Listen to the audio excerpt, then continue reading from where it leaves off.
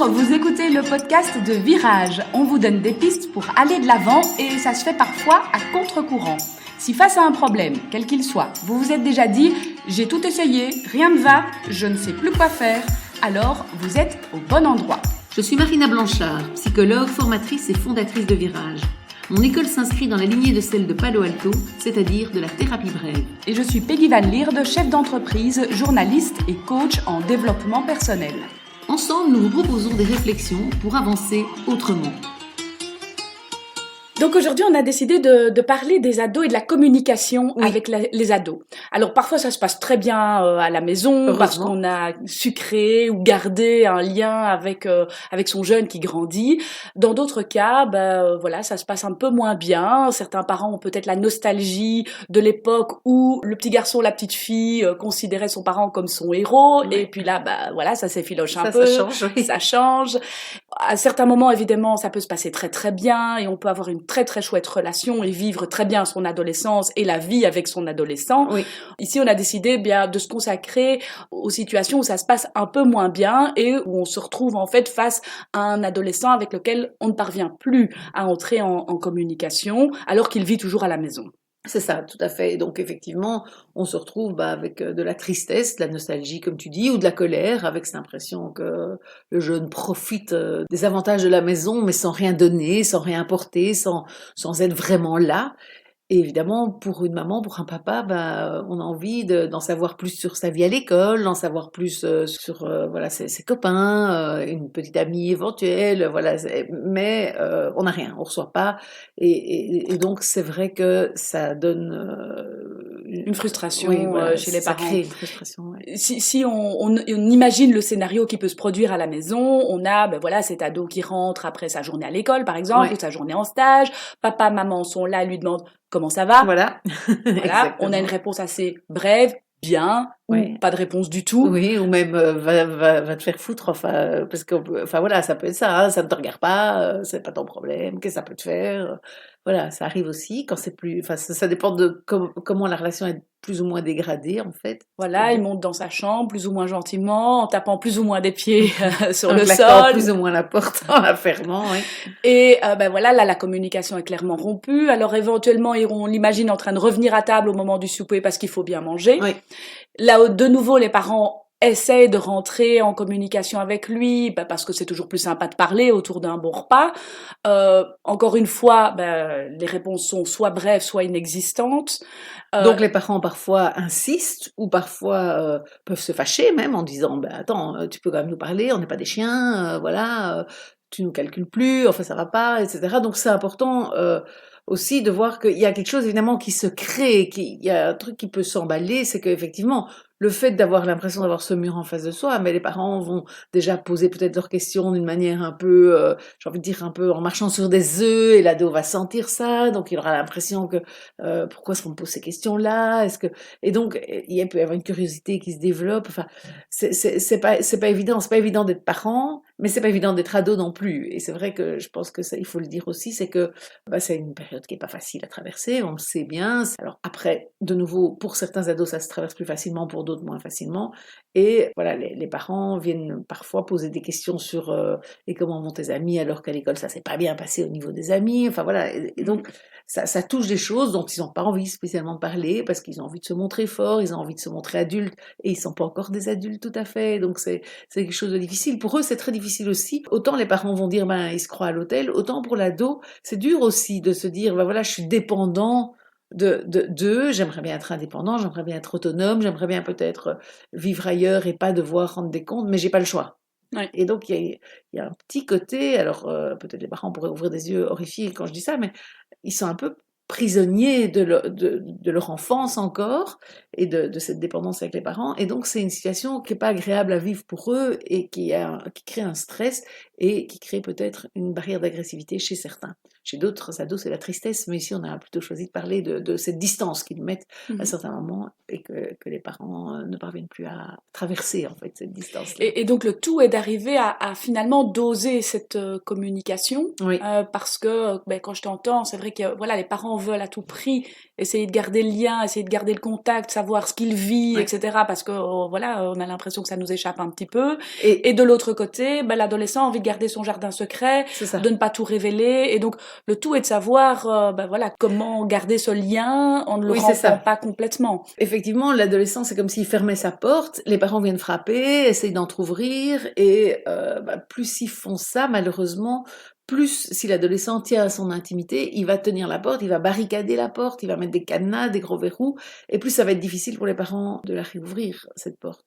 Et donc, c'est vrai que la question pour les parents, parce que, bon, évidemment, c'est ce qui est intéressant aussi ici, c'est de se dire, voilà, par exemple, nous, quand on a ce genre de situation, avec qui on travaille, souvent les parents ont envie de dire, mais prenez mon ado, ça va pas du tout, il a pas l'air bien, il se ferme complètement, je suis inquiet, etc. Et ils ont envie de l'envoyer en consultation, en coaching, pour l'aider à se réouvrir au monde adulte, etc. Or, en fait, ce qu'on constate quand même, c'est que finalement, c'est en aidant le parent qu'on va être plus efficace, parce que le parent est celui qui demande le contact. L'ado, il ne le demande pas pour la plupart du temps. Donc, lui, en fait, plus il barricade sa porte, plus il s'enferme, c'est vrai, mais c'est peut-être pas forcément un problème. Voilà, il a plutôt le sentiment exactement de se protéger.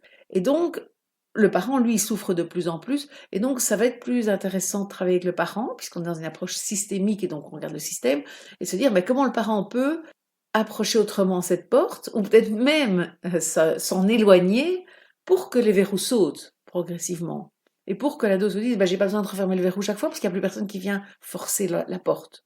Et puis qu'il puisse même se dire à un moment, je peux l'entrouvrir, puisque personne ne vient essayer de l'ouvrir. Et si je la laisse un peu ouverte, c'est pas très grave, parce qu'on va pas venir espionner, voir ce qui se passe, etc. Et donc, quelque part, pour recréer cette confiance, ce lien, cette communication, on va devoir, paradoxalement, mais c'est un peu notre approche, hein, les auditeurs commencent un peu à le savoir probablement, c'est qu'on va se dire, c'est en allant moins vers le jeune, en allant moins vers l'ado, en ne m'imposant pas ou en n'imposant pas cette communication, que j'ai le plus de chances de la recréer et de lui donner l'envie peut-être de réouvrir. Oui. Comme beaucoup d'envie, hein. D'ailleurs souvent l'envie, voilà, c'est pas si on nous gave de quelque chose, en général on nous donne moins envie que si on nous en prive. Alors c'est terriblement compliqué quand même, parce que quand on est dans cette situation de vouloir entrer en communication, ça paraît un peu simple quand on dit, voilà, éloignez-vous de la porte, prenez de la distance, restez au rez-de-chaussée quand votre ado est au premier. C'est facile à dire, c'est pas forcément facile à mettre en œuvre. Donc peut-être, voilà, quelle piste est-ce qu'on pourrait donner pour progressivement arriver à s'éloigner de cette porte? Parce que je pense que le message est clair, effectivement, que si on s'éloigne, ça va aider à éclater les verrous et à faire en sorte que la porte soit moins une porte blindée et devienne une porte pivotante. Mais comment faire pour s'éloigner progressivement de cette porte? Surtout qu'il y a deux choses, il y a comment faire et surtout comment être capable de le faire, parce que si je suis tellement inquiet pour mon jeune, c'est encore plus difficile, quoi, parce que quelque part je suis là avec ma peur de qu'est-ce qui se passe dans sa vie, est-ce qu'il va mal, est-ce que s'il se ferme. Alors ça c'est important, c'est de se dire, c'est pas parce qu'un ado se ferme qu'il va mal. Ça, je pense quand même que c'est important de l'entendre. C'est pas non plus parce qu'il se ferme qu'il va bien. Donc, on peut pas non plus, je vais pas dire, voilà, tous les ados qui s'enferment et qui veulent plus communiquer, ils vont bien. Mais il ne faut pas le prendre comme un signal qu'un jeune va mal parce qu'il ne communique plus avec l'adulte. Ça peut faire partie simplement d'un moment où, voilà, c'est un moment où quand même la référence, c'est le groupe de jeunes, ce sont les potes, etc. Et donc, les parents, ça peut être un peu la honte, ça peut être ceci. Et donc, il faut pas le prendre forcément comme quelque chose de négatif. Ce qui est clair, c'est qu'en s'imposant, effectivement, on aggrave les choses et on risque d'avoir une escalade au niveau de ce barricadage de portes, quoi. Et donc, comment le faire? Je pense que c'est peut-être déjà lui dire oui, oui, j'ai l'impression que tu n'as pas envie d'en parler de l'école, on va arrêter d'en parler. Oui. En le disant à son jeune, ça va être plus facile de le faire que si on se le dit juste à soi-même. Parce qu'en l'ayant annoncé, on peut même lui dire, écoute, quand je te pose des questions comme ça, c'est parce que, évidemment, tu es important pour moi. Évidemment, j'aurais envie d'en savoir plus, mais je me rends compte que toi, c'est pas ton truc, pour l'instant t'as pas envie de parler de toi, etc. Donc n'hésite pas à me dire j'ai pas envie d'en parler. Parce qu'en fait, en adressant ce message-là, on donne un message de confiance aussi à l'enfant, de dire en fait je te fais confiance, et c'est rassurant pour le parent. Oui. On a un peu moins l'impression de le laisser tout seul derrière sa porte dans sa chambre, et en même temps on a l'impression de lui donner une première clé en disant voilà je te fais confiance, mais à toi de venir vers moi. Je suis là si tu as besoin. Maintenant, si je te pose des questions qui t'ennuient, dis-le-moi. Et là, je pense que on permet vraiment à l'ado de se dire, bah voilà, on force plus ma porte. On me dit qu'il y a une possibilité d'ouvrir, mais qu'elle sera pas forcée. Et si elle sera pas forcée, je peux lui enlever un verrou. Effectivement. Donc, c'est vrai que, voilà, moi je pense que c'est important de dire, voilà, je vais arrêter d'être sur ton dos, etc. Il y a un message de respect aussi là-dedans, évidemment, puisque ça veut dire je respecte ton silence, je respecte le fait que tu n'as pas envie de me parler, je respecte. Et donc, c'est important parce que on voit à nos enfants, à nos adolescents qu'on les respecte, ben, c'est aussi les aider à se respecter eux-mêmes que de se sentir respectés par la famille, les proches, les parents. Et donc, c'est important de pouvoir leur communiquer ça. Donc, il y a de la confiance, comme tu le disais, il y a du respect, et il y a une liberté. Et donc, une responsabilité, puisque ça va souvent ensemble, et c'est eux qui deviennent responsables de ce qu'ils ouvrent pas, et ils auront probablement plus envie d'ouvrir la porte. Maintenant, avec certains ados, ça va pas ouvrir du tout les portes, hein. C'est pas parce qu'on va leur dire, c'est toi qui décides, si tu veux me parler ou pas, moi j'insisterai plus, et si j'insiste d'ailleurs, dis-moi non, qu'ils vont s'ouvrir, et il faut pas attendre que le lendemain, ils viennent nous raconter toute leur vie, ce sera pas comme ça. Ils vont dire, ok, et puis on va peut-être plus en entendre parler non plus. Et là, ce sera important de tenir bon. Et souvent, moi, je propose aux parents alors de, par exemple, se donner un carnet qui est là pour écrire les questions qu'ils auraient, ce qu'ils auraient envie de dire à leurs jeunes, etc., pour qu'ils puissent avoir une forme de, enfin, quand même un lieu où on peut sortir tout ça qui est là, parce que ça n'empêche que c'est difficile. Alors, c'est plus facile dans une famille où il y a 5 enfants, il y a encore des petits qui causent ou des plus grands qui sont passés déjà par là. Mais quand on vit seul, par exemple, avec un ado, c'est dur, parce que ça veut dire qu'au repas, c'est le silence, c'est, l'ado, il dit rien, il mange, il avale ses pâtes, et voilà, il dit pas c'est bon, il dit rien du tout. Et donc, c'est vrai que pour le parent qui est là seul devant, c'est difficile. Mais donc, peut-être, c'est mettre de la musique, c'est lui dire, si on choisit la musique à tour de rôle, comme ça on écoute une musique puisque tu n'as pas envie de parler. Donc c'est acter le fait qu'il n'a pas envie de parler, le reconnaître, l'accepter. Et donc, je pense permettre effectivement, et peut-être le sujet, ça va être la musique du coup. Et donc en fait, ça me fait penser aussi, quand je t'entends parler de ce sujet de la musique, que peut-être parfois les sujets amenés par les parents sont pas ceux qui amènent au dialogue, parce que en fait l'ado préférait tout simplement parler d'autre chose que de l'école, de ses sentiments amoureux potentiels. Oui, que c'est pas ça qui l'intéresse, parfois il n'a pas du tout d'amoureux, il en est pas du tout là. On pourrait aussi lui parler de ce qu'il regarde sur YouTube, quoi. Parce que effectivement, les parents, et c'est peut-être, j'ai envie de dire, un peu quelque chose qui ajoute à la fermeture des verrous, quand comment ça s'est passé à l'école, en fait, l'ado, très souvent, n'en a rien à foutre de comment ça s'est passé à l'école, enfin, en tout cas, de ce qui est scolaire. C'est vrai qu'en allant sur ces sujets à lui, ça peut être, alors plus quand la communication est déjà verrouillée, qu'il a tout cadenassé, mais ça peut être une manière de maintenir une communication avec nos ados ou nos jeunes ados, c'est de se dire, voilà, je m'intéresse à ce qui les intéresse, plutôt qu'essayer qu'ils répondent à mes questions pour répondre à mes curiosités, à moi d'adulte, tout à fait légitime, bien évidemment, comme maman, comme papa, mais malheureusement, qui ne correspondent pas du tout au sujet dont eux ont envie de délibérer pendant des heures. Et donc, c'est vrai que ça peut être une piste, je vais dire plus préventive, c'est de se dire, comment est-ce que je m'intéresse aux jeux qu'ils jouent. Beaucoup de parents vont pas du tout savoir à quel jeu, ils savent le nom du jeu parce qu'ils l'ont peut-être acheté pour Noël, mais ils savent pas forcément c'est quoi qui se passe dans ce jeu-là, ou bien ils voient juste tu tues des gens tout le temps, mais peut-être qu'ils tuent des gens pour sauver le monde, comme James Bond. James Bond, les parents l'aiment bien, pourtant. C'est peut-être intéressant, parfois, de dire, en fait, c'est quoi le but de ton jeu? Je te vois tuer des gens, mais en fait, c'est quoi l'objectif? Ça peut être des sujets que là, ils seront contents de raconter leur jeu en long, en large. Et donc, en partant sur ces sujets-là, on n'a peut-être pas les infos, on va peut-être rester frustré, mais de toute manière, on le serait par rapport à l'école, mais au moins, on garde ce lien qui est précieux.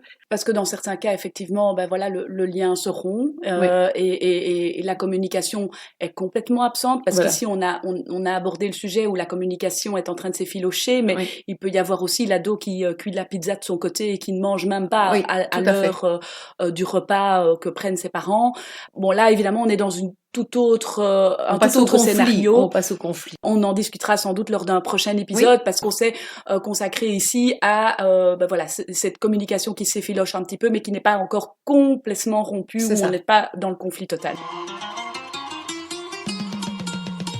Donc, que retenir aujourd'hui de cet épisode ? D'abord, d'essayer de préserver, on va venir en amont un peu du problème de communication, de se dire, ben voilà, comment est-ce que je m'intéresse à ce qui l'intéresse pour essayer de maintenir des échanges et peut-être même que du coup, on va avoir des informations qui vont sortir.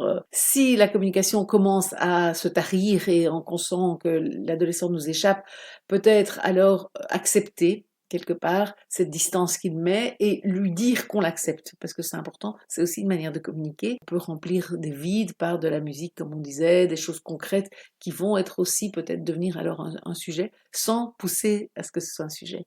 Et puis peut-être une ressource pour les parents, je dirais, c'est d'avoir un carnet où on peut écrire les questions qu'on a, la tristesse que ça génère, etc., pour vider un peu ça, parce que voilà, surtout si on est seul et qu'on peut pas en parler avec un conjoint. Et peut-être ajouter alors le fait que quand on vit cette situation difficile où on a l'impression que c'est l'ado qui n'est pas bien dans sa peau, mais de se dire que c'est peut-être le parent qui peut se faire accompagner pour avoir ses ressources, pour voilà, prendre la juste distance avec son ado pour que chacun le vive au mieux.